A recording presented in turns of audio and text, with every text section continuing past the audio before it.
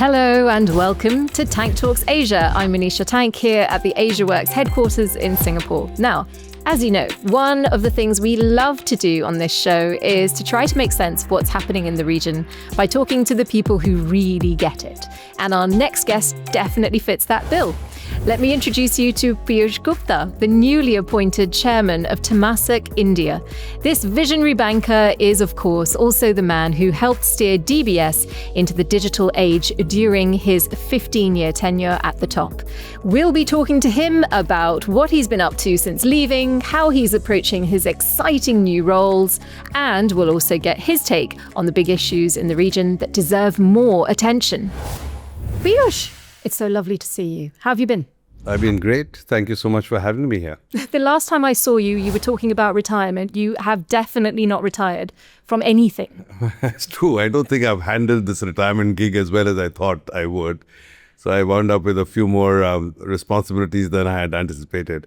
But nevertheless, it's good. You have a little bit more flexibility in your time. Yeah, absolutely. But you are filling your time. Anyone can go online and they can read about you right now and they'll see that you are an S.R. Nathan Fellow. You have just taken on a new position as, non-executive director, Temasek India, Deputy Chairman Keppel. I think there are others. Can you list them all for us? Because there's just so much going on. I do a few things for the government, which is I'm on an alternate member on the Presidential Council of Advisors for President Thurman.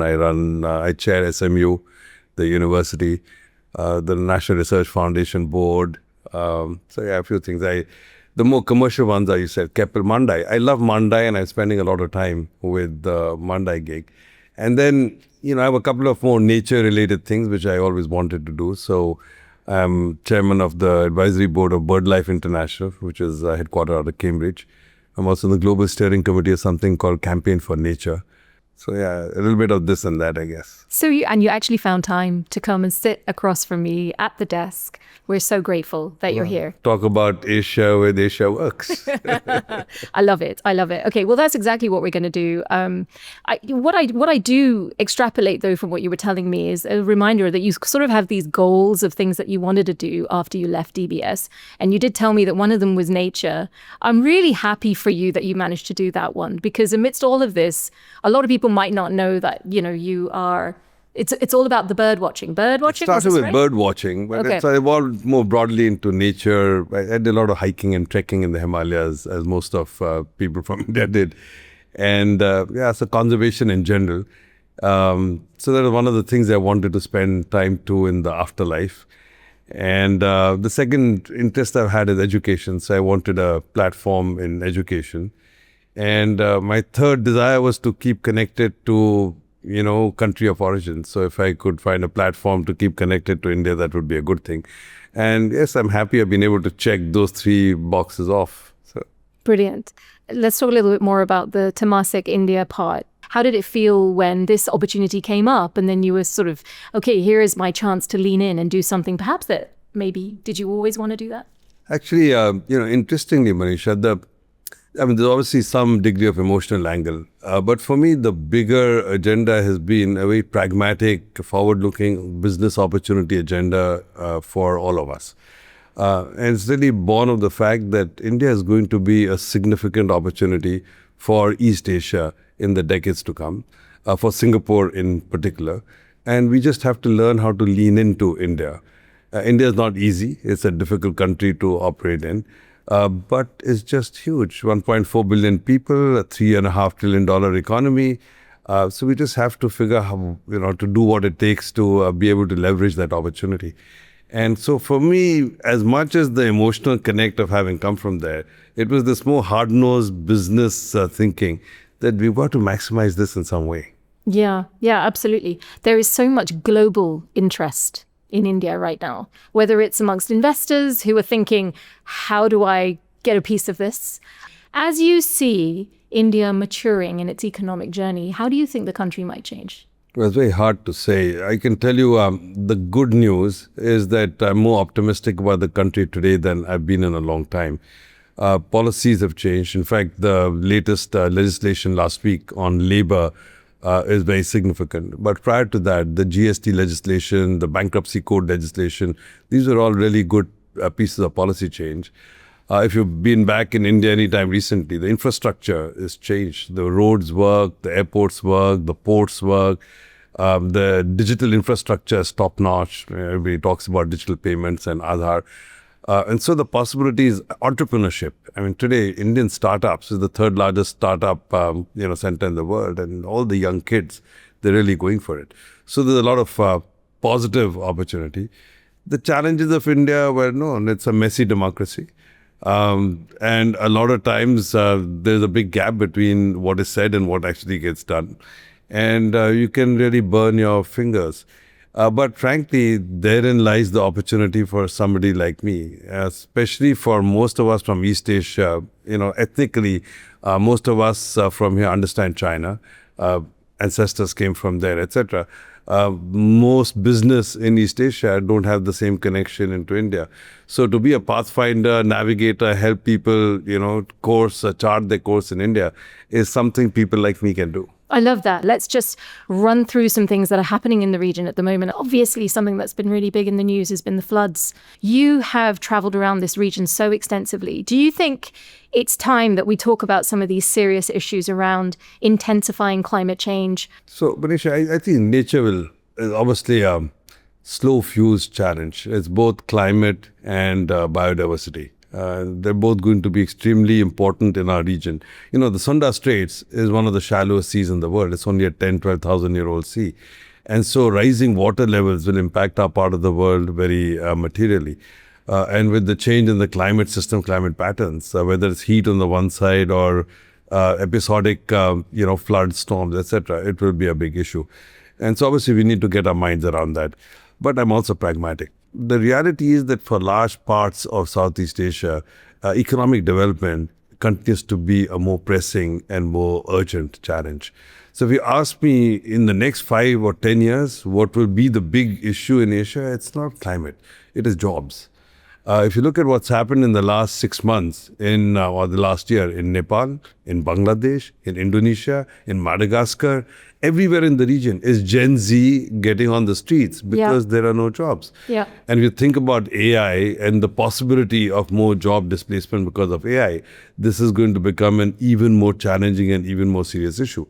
So what happens to governments when you have this clash between a longer-term climate agenda or nature agenda and a short-term agenda around how do I create jobs for my people and my citizens? You get voted in the short term, voted into power. So I do think that in the short term, the bigger challenge will continue to be the challenge of the economy and creation of jobs for the young kids. Youth unemployment is at all-time highs. Yeah. And by the way, we sometimes say Asia is blessed. Our demographics are fantastic, an average age of 27, 28. Well, that's a double-edged sword.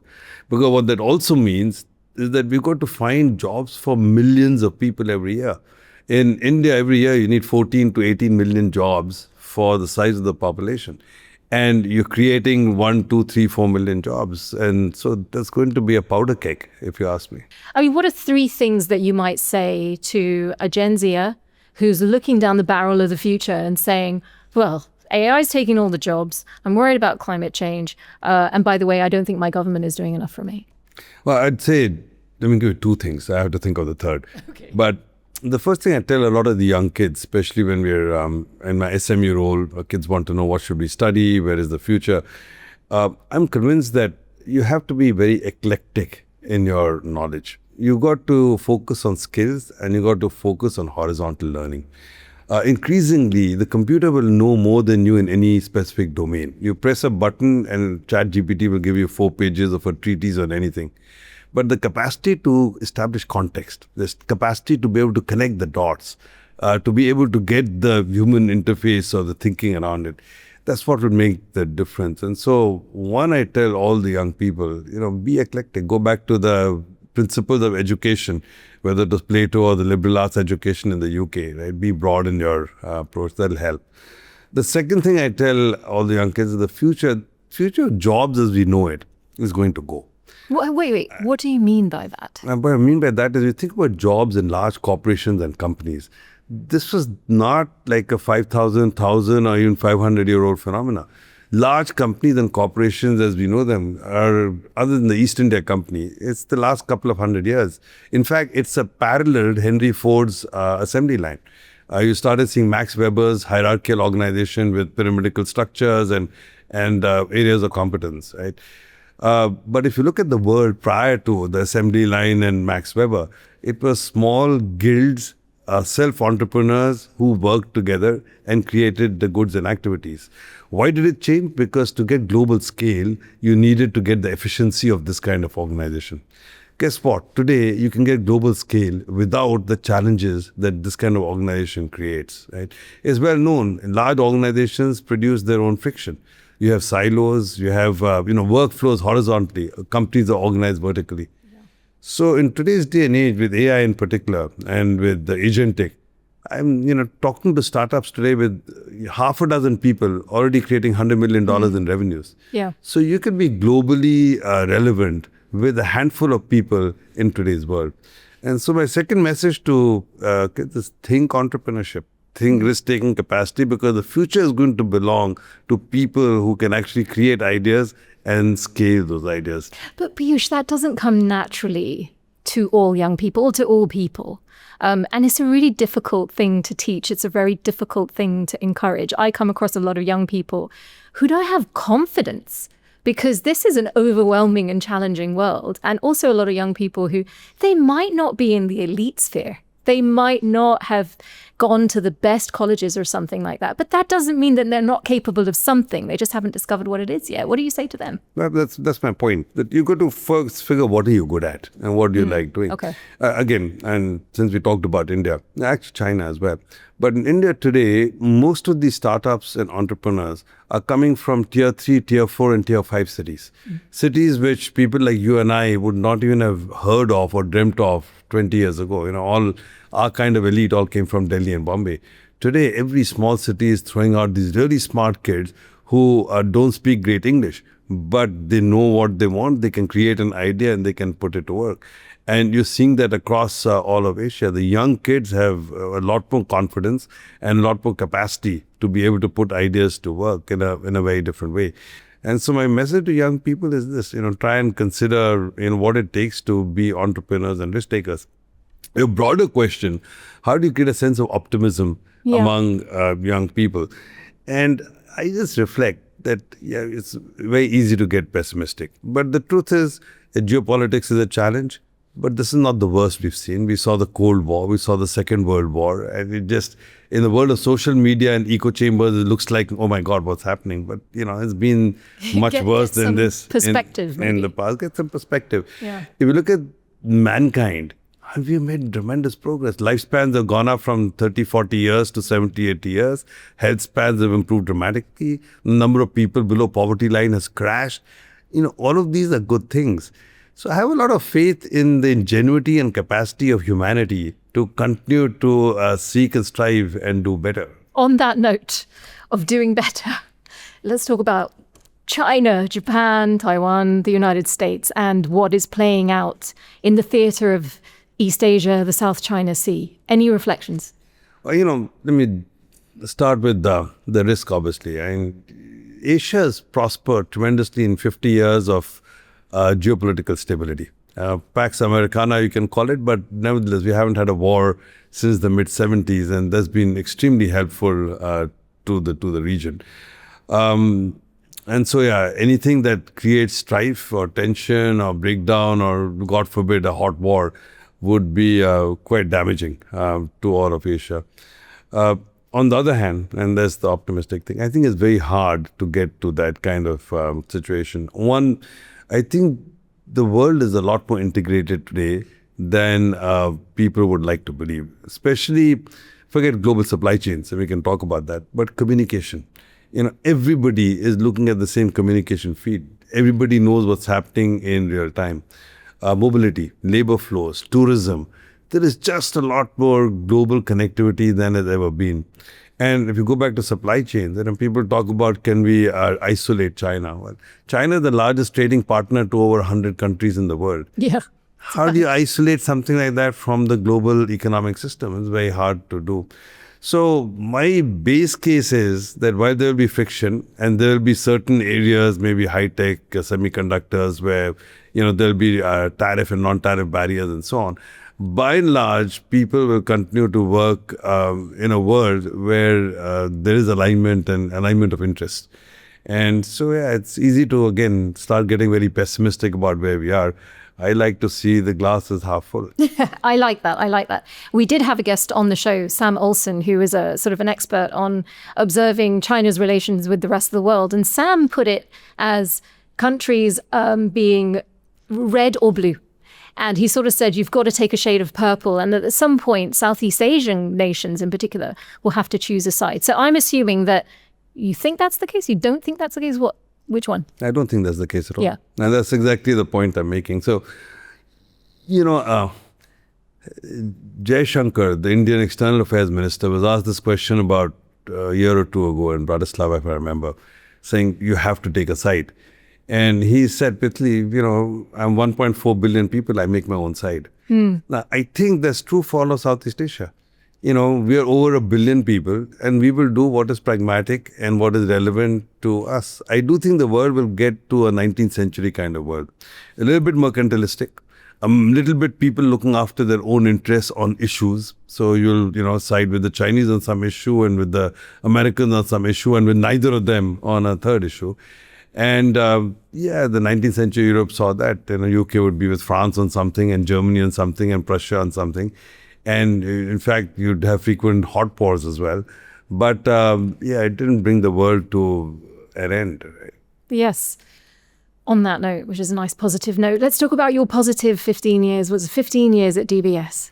15, 16 years. 15, 16 years. Okay. Something that really struck me was there was a lot that happened that was revolutionary in the space of financial technology. And you are very much given that accolade of being the person who helped DBS transition from what it was to what it is today. You must have had lots of incidences where people came to you with these sort of ideas out of nowhere that perhaps you'd never thought of before. I want to get a sense of how you felt about that, because you are a perpetually curious person, and it strikes me that must have been so exciting for you to be playing with everything and all of this new technology. It was exciting and continues to be, and people throw tons of things at you. But one of the big challenges of any business person, any leader, is to prioritize and choose what bets you want to make and to balance the short and the long term. Because you can throw 40 balls in the air and you can try to catch all of them, you'll never succeed. So you got to figure the ideas are fun, they're interesting, which are the ones you want to back, which are the ones you want to fool around a little bit but not go all in, and which are the ones you say, what, forget this. It might happen sometime in the future, we'll worry about it. Were there any forget this moments that you can recall? Oh, a lot of them. So, for example, when we started thinking about AR, VR, augmented reality, virtual reality, my people kept coming to me saying, let's create this banking avatar and all our customers will do banking with the avatar online. This was 5, 7, 8 years ago. And I think eventually we will get there. Today with generative AI, you're beginning to see a lot more of that. But when they brought this idea to me 8 years ago, I said, it's not going to happen in the foreseeable future. So we'll worry about that when that opportunity comes. Forget about that.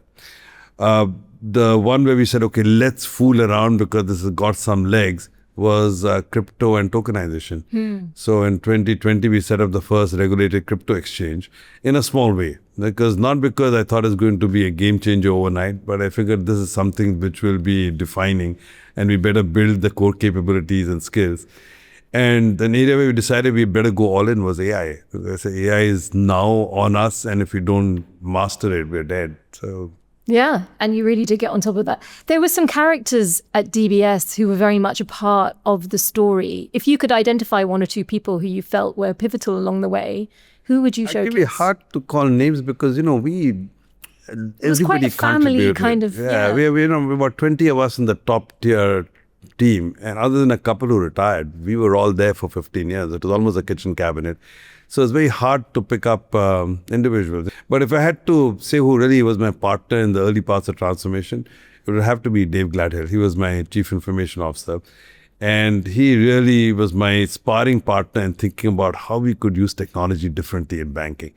And at its heart, a large part of the DBS transformation in the beginning was about that. How do you use IT in a very, very different way? My last call out, I guess, to the whole team, but my HR head. I mean, culture to me is the most important thing. In fact, my shorthand is, the most important things are hit, HR and IT. You get the people right and you get the IT right, and you're in business. So culture transformation is perhaps the most important thing we had to do. I think everybody played a role. Now you have a very different scenario because you have one of those portfolio retirements, I suppose. I don't know, do you call it retirement career? I'm not sure. Retirement. But you sort of have all of these different hats that you wear now. And so you're working with lots of different teams. But when you were at DBS, of course, you talk about these 20 or so people. It was a very sort of family kind of a culture and feel to it. Do you miss that? Well, I miss working with the people, but I'd done 40 plus years of banking. And I had this view that you only live once, you better have a plan for your life. And if you have a plan for your life, I thought it was appropriate that I start, trying to do things other than banking in the next phase of my life. I'm finding actually that it depends on how you think of your role as a chairman or a board or an advisor. You can actually be quite instrumental in helping shape a way of working and helping shape a culture in the companies that you're involved with. And it's my belief that the sense of being part of one team and one family, it's important. And you can do that without being a full-time executive. Yeah. So based on that, I wanted to talk about, what do you think success really is? I go to so many events, I talk to so many people. And, you see a lot of this stuff on LinkedIn and people sort of giving their version of what success is. And I'm never satisfied with what I see, because I think there's around power, a lot around money and influence. But I know for me personally, and it's not my forum to share, success is something else. I'm curious, what do you say it is? For me, I've thought about this. So one is, I think you're successful if you believe that you've been able to make impact. And you've been able to make the best impact that you had the capacity to make. Right? When I started .com when I was 40 years old, and it failed. And for me, it's a seminal moment because I came back to banking. In my years before that, success was power, money, promotions. When I came back with one very clear agenda, that I'm a good banker and I can make a difference. And so my measure of success started shifting to, can I make a difference? Can I make impact? And the shorthand for it to me is, if you have regrets about things, then maybe you're not that successful. So if you can say I have no regrets, then maybe you're successful at what you did. I like that. You can sort of look at yourself in the mirror and feel satisfied with what's looking back at you. Okay, I want to talk a little bit about Singapore. So as an S.R. Nathan fellow, you have to produce some research, right? How does that work? How are you going about figuring out what are the things that you want to focus on? Well, when I signed up to be the S.R. Nathan Fellow, we already agreed that I would focus on, the fellowship is on a study of Singapore. And so I chose my field as a study of our financial services industry. And the reason I found that interesting, Manisha, is, people talk of us as an unlikely country. Well, we're really an unlikely financial center. There's no reason for Singapore to be a financial center. We're nothing. And yet, we are the number 2 or 3 FX center in the world. We're number 2 wealth center in the world. We're an asset management center. We're a fixed income center. We're the second largest commodities hub in the world. I'm thinking about it. And so to me, it was quite interesting to go back and say, how did this happen? What did we put in place? Was it just serendipity? Was it policies? Was it people? What caused this to happen? And then I think we are at a very important moment in the history of financial services. I think the future of finance will be very different. Technology is a game changer. And so to study a little bit about, what would it take for us to continue to thrive in the future in this world. I think these are interesting subjects, and that's what I've been focused on. I'm curious about something. So I was looking up the number of billionaires that are now resident in Singapore. And according to Forbes list, 49 billionaires in 2025. And if you look at the global ranking, Singapore has jumped 10 places in 1 year in terms of the number of billionaires here. Do you think about this at all? Is it something that you think we need to think about for the future?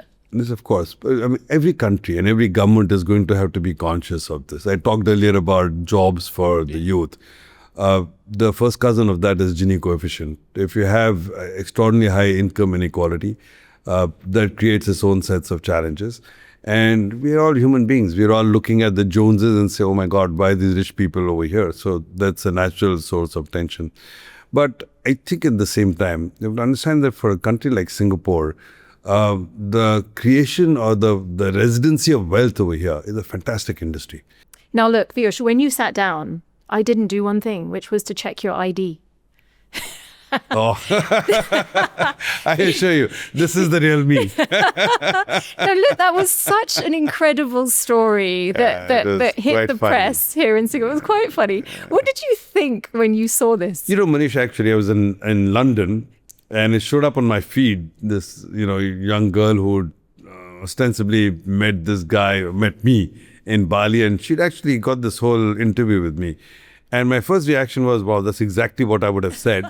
So either I spout inanities the whole time, it's easy to mimic, or ChatGPT is very good. So you can just go back and pull what I said. And then obviously people went after the guy saying he's an imposter.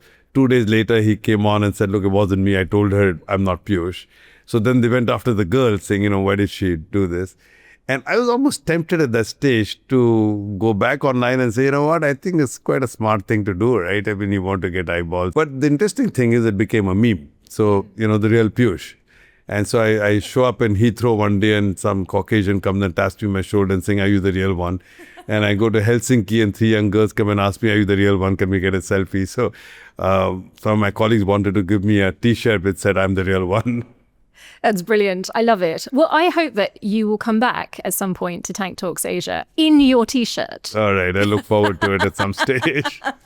Look, I think you just said something there that I really wanted to ask you about. So you said that somebody came up to you, Heathrow Airport, the other side of the world, tapped you on the shoulder. You are a world famous man of finance. How does it feel to be that? People know who you are all over the world. We're very proud of Piyush Gupta, the Singaporean export. What does that feel like? It's actually, in some ways, it's scary and it sounds trite, but it is humbling. I mean, the fact that, you're well known is got its, this, you got to treat it with humility. Yeah, for me, the biggest value is in how do you stay rooted? I did the commencement speech at NUS some years ago, and I just did it on this one thing, and how do you stay rooted? And that means being authentic to yourself, knowing yourself, and continuing to have a sense of what you really are. And as long as you're that, you can stay grounded, and you don't get you don't get lost. Yeah, absolutely. Before you have to go, staying rooted is very much about the people you hang out with, the books you read, the things you watch, where you spend your spare time. We've already mentioned it. You love nature. I wanted to find out what would be your advice to stay grounded in this tumultuous world that we live in. What would you say? Stay in touch with all the friends you had in school and college and university. They know you for what you really are. And every time you're feeling you're a little bit more exalted, they pull you down to earth very, very rapidly. My second piece of advice, though, is to read. What are you reading at the moment? I read everything. I'm very eclectic. I read physics, chemistry, geography, anything. Physics and chemistry? Yeah, I read anything. I mean, not deep physics, but okay. anything at all that I can lay my hands on. I think the more you read, you realize how much wisdom there is in the world. You've got to have a lot of interests. I do have a lot of interests. So, I still am into sport. The sport thing. Actively. Now, Piyush, you've reminded me of something. So in the way that I'm sitting here interviewing you today, you once interviewed Max Meeder. Yes, I did. Yeah, I've done many. So You've done lots I've of interacted with a lot of sportsmen. In my position, you got a chance to. I once when Roger Federer was in town. He was being hosted by Credit Suisse. Okay. And normally the protocol in banking is you don't go into a competitor bank's events. But it was Roger Federer. So I got my buddies at Credit Suisse to invite me, and I went in there, and all my clients were there and said, what are you doing here? I said, today I'm not a DBS person. Today I'm a Roger Federer fan. I'm a Roger Federer fan. Yeah, so you got to... and I hear he's very gracious. He's fabulous. So I do sports, I read, like I said, I do all social media. I'm on Insta, I'm on TikTok, I'm on LinkedIn, I'm on a bunch of stuff. I watch Netflix shows. I do crosswords. I'm good with words, so I can write rhymes and gibberish poetry, and I do crossword puzzles every morning. So I've seen you in an interview make up a limerick on the spot. I'm not going to make you do it today. I'm not doing it today. Okay. So, Piyush, on our show, we have a little tradition, which is we ask our guests to leave us with a little memento for our shelves here. So something for us to remember you by, and also a trigger to remind us that you must come back at some stage with your lovely T-shirt. But what is this that you have brought for us that's on the table? The one I brought, hopefully you can see it in the camera, it says DBS over here. Oh, yeah. And it is a DBS house. And over my tenure at DBS, we constructed 3 versions of the DBS house. Because we changed our vision 3 times, to be the best bank in Asia, then to be the best bank in the world, and then finally to be the best bank for a better world. But to me, this idea of be clear about your mission, be clear about a vision, to figure what your priorities are, and do it in a way that you can put it on a single sheet of paper. That's really important. So the top of this says, live more, bank less, which is our brand promise. The idea is, if you can make banking so effortless, it becomes the fun thing to do. You bank less, but you can live more. For those who cannot see this, who might be listening, there's lots of really good stuff on here. My favorite being joyful customers. Joyful customers, exactly right. All I'm going to do is say thank you, because it's been so kind of you to come in and spare some time with us. And I will let you go back to wearing the many hats that you wear. We're so grateful to Piyush for sharing all of his knowledge and expertise with us on so many different subjects. That is it, though, for this episode. I'm Manisha Tank. From me and the rest of the team, thank you so much for listening. And please don't forget to subscribe and follow Tank Talks Asia.